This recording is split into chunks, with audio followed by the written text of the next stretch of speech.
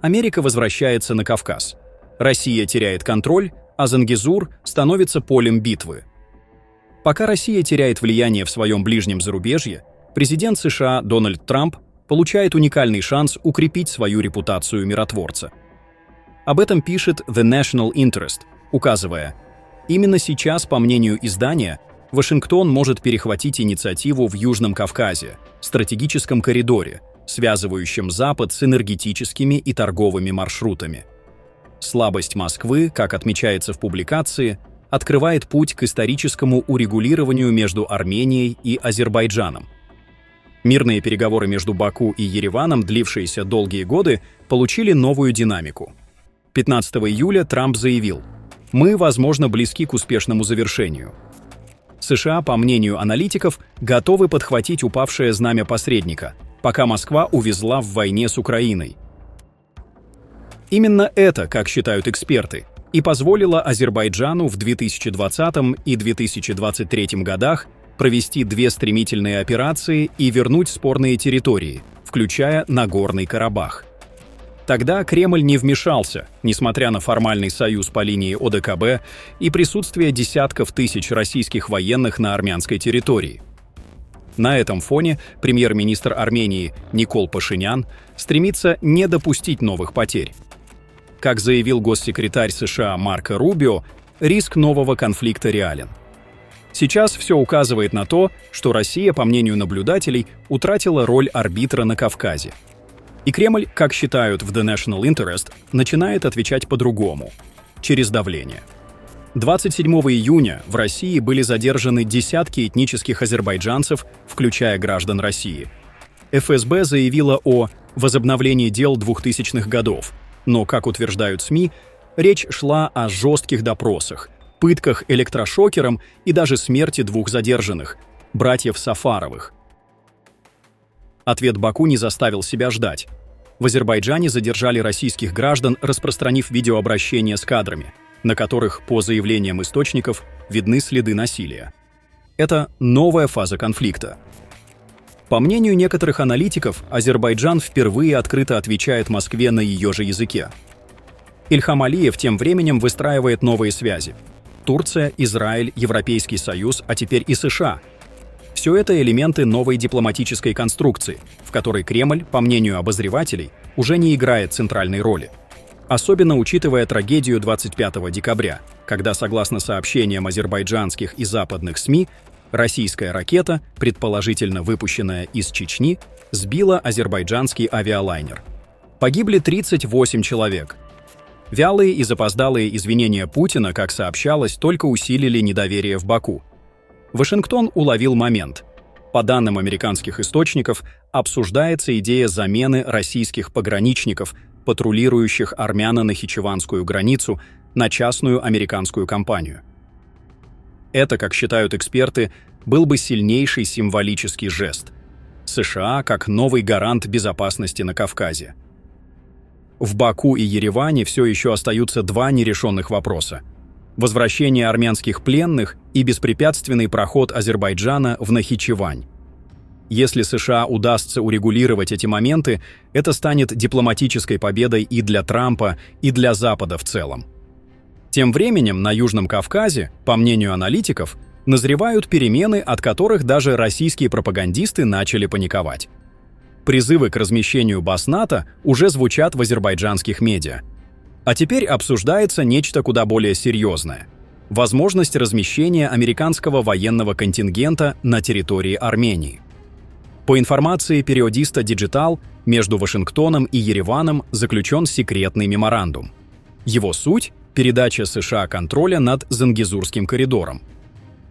Предполагается создание транзитного маршрута длиной 42 километра, соединяющего Азербайджан и Нахичевань через Сюник.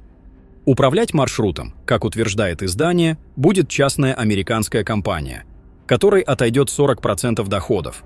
Армения получит лишь 30%.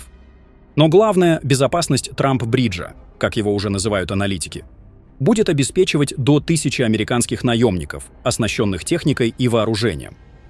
Формально это ЧВК, но по оценке некоторых экспертов, подразделения, действующие в интересах официального Вашингтона.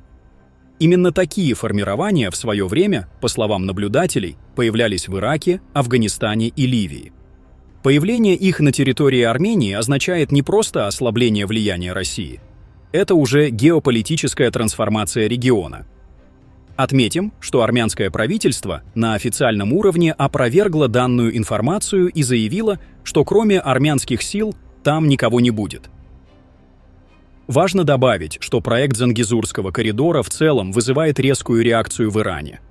Советник аятоллы Хаминей Али Акбар Вилаяти прямо заявил: «Это не инфраструктура, это окружение».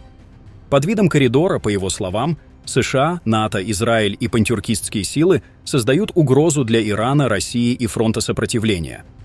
Иран ответил: «Военные силы стянуты к границам, учения проведены, заявления сделаны, эпоха молчаливого наблюдения завершена. Тегеран, как заявляют в СМИ, будет действовать». А посол Ирана в Армении Мехди Собхани подчеркнул: «Мы не допустим геополитических изменений, которые отрежут Иран от Армении. Территориальная целостность – это красная линия». Он заверил, что и армянское руководство не готово идти на уступки, угрожающие суверенитету. Южный Кавказ превращается в арену для новой большой игры. Россия теряет контроль, Запад усиливает присутствие, а Иран переходит от слов к действиям. Будет ли заключен мир между Баку и Ереваном, зависит не только от них. На карту поставлено слишком многое. На этом фоне иранское агентство ИРНА сообщает, что в воскресенье советник президента Азербайджана Хикмет Гаджиев провел телефонный разговор с заместителем секретаря Высшего совета национальной безопасности Ирана по вопросам внешней политики. Советник Гаджиев осудил агрессивную войну Израиля против Ирана, в результате которой, по его словам, погибли сотни людей, включая высокопоставленных командиров и ученых. Он выразил соболезнования в связи с гибелью людей. Телефонный разговор Гаджиева последовал за резонансными комментариями посла Израиля в Азербайджане Джорджа Дика, который на недавней пресс-конференции в Баку заявил, что Иран ослаб после войны с Израилем. Дипломат также подчеркнул, что мир, включая Ближний Восток и Южный Кавказ, стал безопаснее. Посольство Ирана в Баку незамедлительно и жестко осудило высказывание израильского посланника, назвав Израиль коренной причиной всех проблем в Западной Азии из-за его агрессии и экспансионистской политики. Сочувствие Гаджиева в связи с потерями Ирана, нанесенными Израилем, по мнению иранских экспертов, выглядит как форма дипломатического лицемерия. Телефонный звонок, по сути, стал вынужденной попыткой снять напряжение, вызванное публичным заявлением израильского посла. При этом, как подчеркивают аналитики в Тегеране, Гаджиев не выступил с открытым осуждением слов Дика. Он лишь провел закрытый разговор с иранской стороной, выразил дежурное сочувствие и сделал ничего не значащее осуждающее заявление в адрес Израиля. По мнению иранских экспертов, именно такого протокольного жеста и ожидали в Тегеране от официального Баку. А большего и не требовалось. Таких соболезнований и осуждений в дипломатическом багаже Баку, по словам наблюдателей, еще немало. Отметим, что, по данным иранских СМИ, Тегеран выражает обеспокоенность масштабной геополитической трансформации региона. По мнению иранских аналитиков, в регионе якобы разворачивается операция, направленная на дестабилизацию страны с 4 направлений. Согласно одной из опубликованных карт, потенциальные очаги давления обозначены на Кавказе, в Персидском заливе, на восточных рубежах Ирана, а также в зоне Леванта, то есть в Сирии, Ливане и соседних территориях. Как считают иранские эксперты, эти направления формируют своего рода дугу геополитического давления. Цель, по их версии, ослабить позиции Тегерана и создать перманентное состояние нестабильности, в том числе через информационное воздействие. В иранской прессе подчеркивается, речь идет не только о военных рисках, но и о психологическом воздействии на общество. Власти страны, согласно заявлениям, нацелены на укрепление внутренней устойчивости, повышение уровня безопасности и информационной защиты.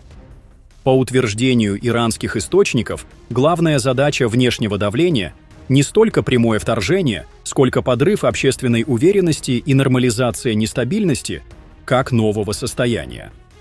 В ответ на это, по мнению аналитиков, Тегеран намерен усилить сопротивляемость и не допустить превращения кризиса в постоянный фон. Пишите ваше мнение в комментариях и подписывайтесь на наш канал, чтобы не пропускали самые важные новости мира и нашего региона.